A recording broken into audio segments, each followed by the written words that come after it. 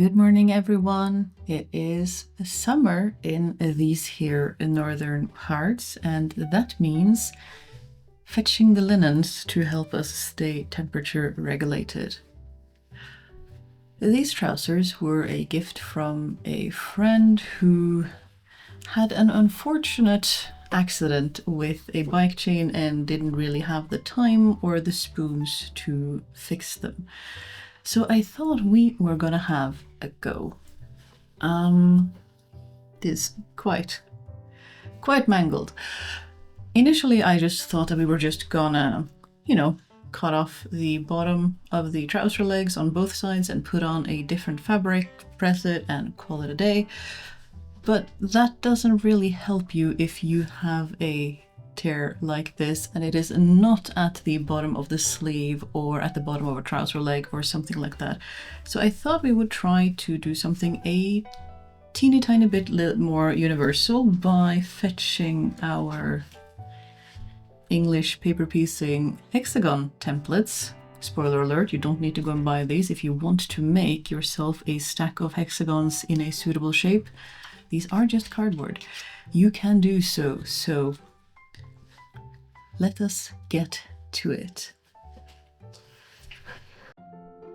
As you can see, there are a fair few oil stains in addition to the tears, even after a wash. Perhaps it is strange, but a part of me loves projects like these. The stakes are low because the item is already damaged.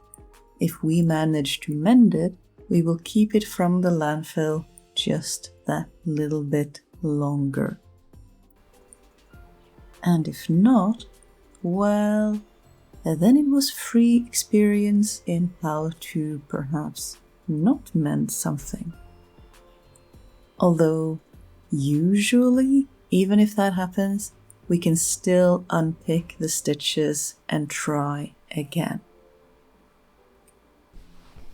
To help us see what we are doing, we are first of all going to press her, at least the area we're going to be working on. And because this area is so damaged, we are also going to reinforce her with a strip of thin scrap fabric.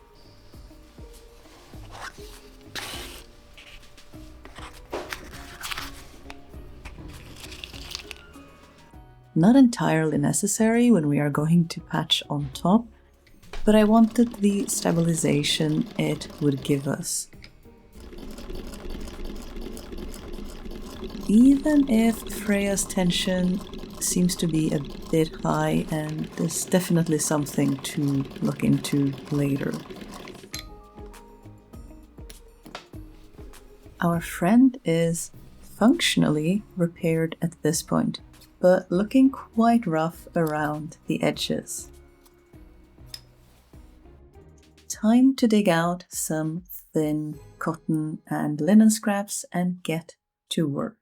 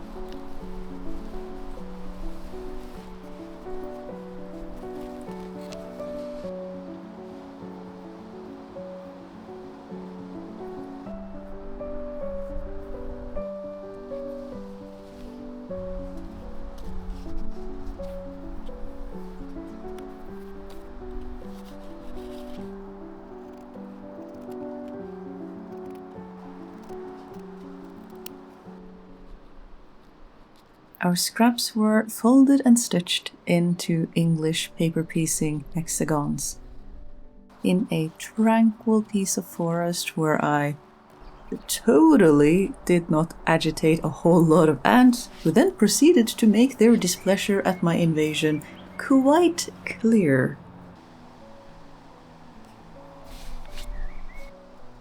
Nope, couldn't be me.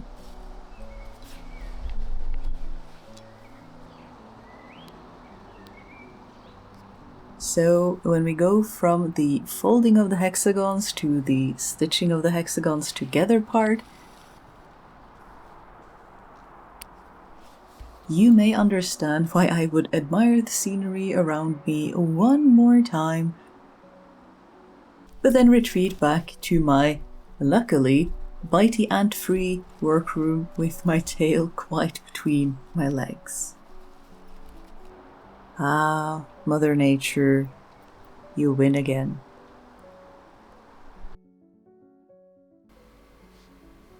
So it is back at the workroom that we finish stitching together enough hexagons to cover our rather scruffy looking patching job.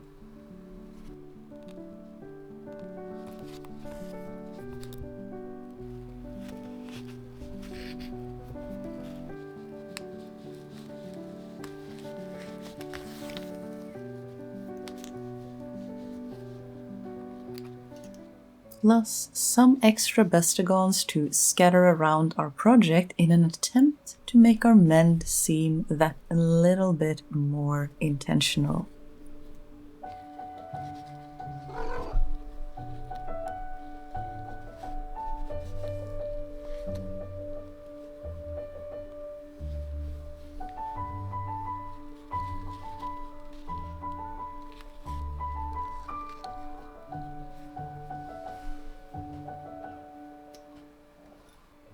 Unlike a regular English paper piecing though, we will need to remove our paper backing in order to stitch our hexagons onto our trousers.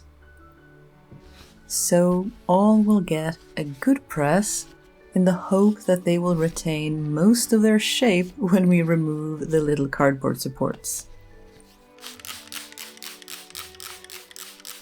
And I know that I'm spritzing water on cardboard here in order to get the fabric wet for a good press.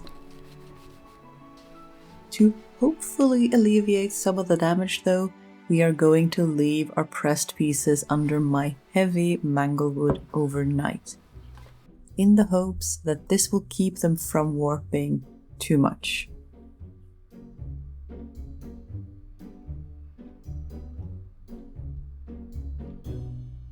Moment of truth.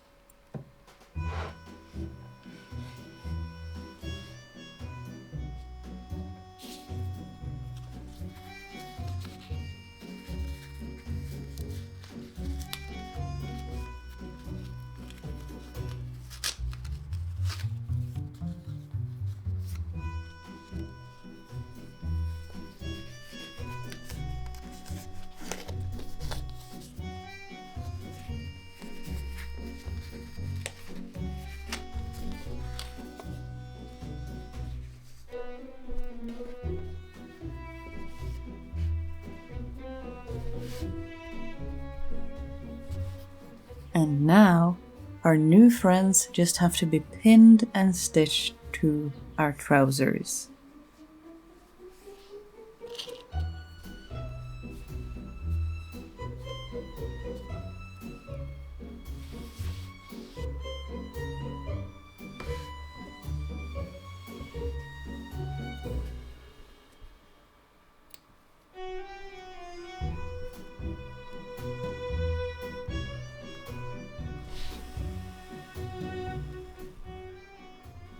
I am using tiny whip stitches, catching only 2 or 3 threads of either fabric, and occasionally doubling up on a stitch or two to secure the seam along the way. Since whip stitches do unravel quite fast once you get a tear somewhere, so this really helps that reduce the damage if that happens.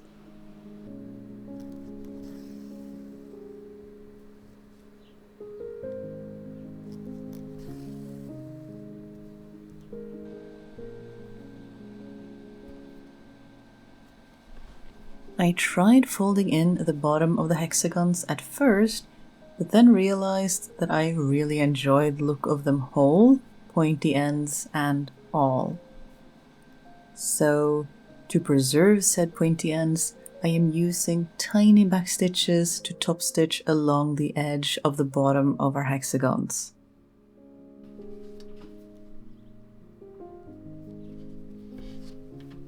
But this top stitching means that the bottom of our trouser leg is still not attached to our patch, so we'll just do a quick whip stitch our way back to remedy that. These whip stitches are much bigger than the ones I used on the front of our trousers, catching only the seam allowance of our hexagons and the damaged trouser leg. This also helps to secure the seam allowance of the hexagon on the backside, since I hadn't initially planned for these to be exposed to the forces of the washing machine and such like.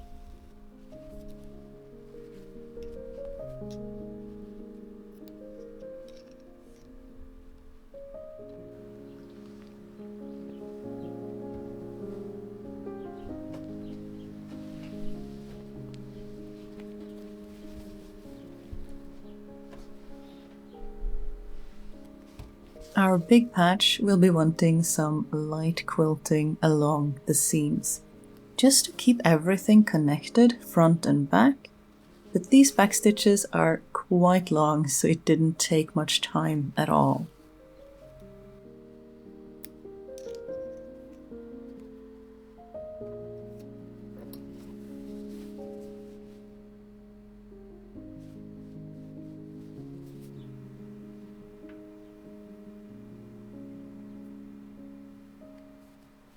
The cherry on top for this whimsical quest, though, is scattering the remaining patches throughout, just to hopefully make our repair blend in just that little bit more.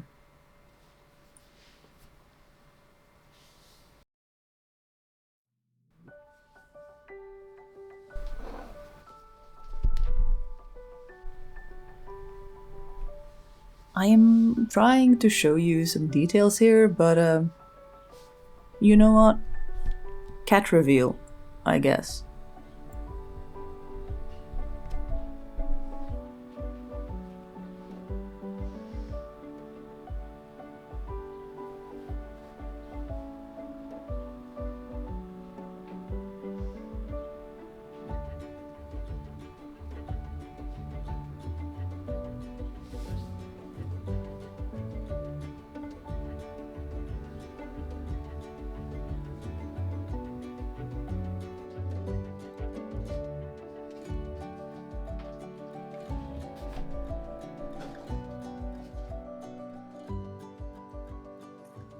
And here we are just showing off these easy breezy final trousers, patches and all.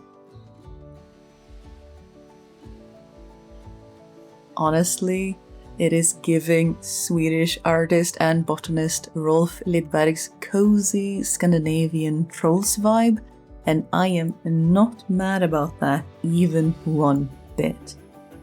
May even go so far as to say that this is a bit of a childhood dream come true. What say ye? Hashtag Scandinavian Trollcore next? Now excuse me, as I live in these exclusively for the remainder of this miserable heatwave. It's been weeks, y'all. I'm ready for some rain. Please.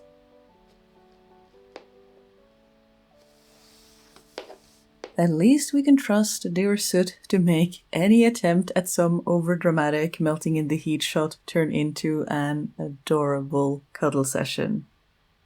The madam wins again.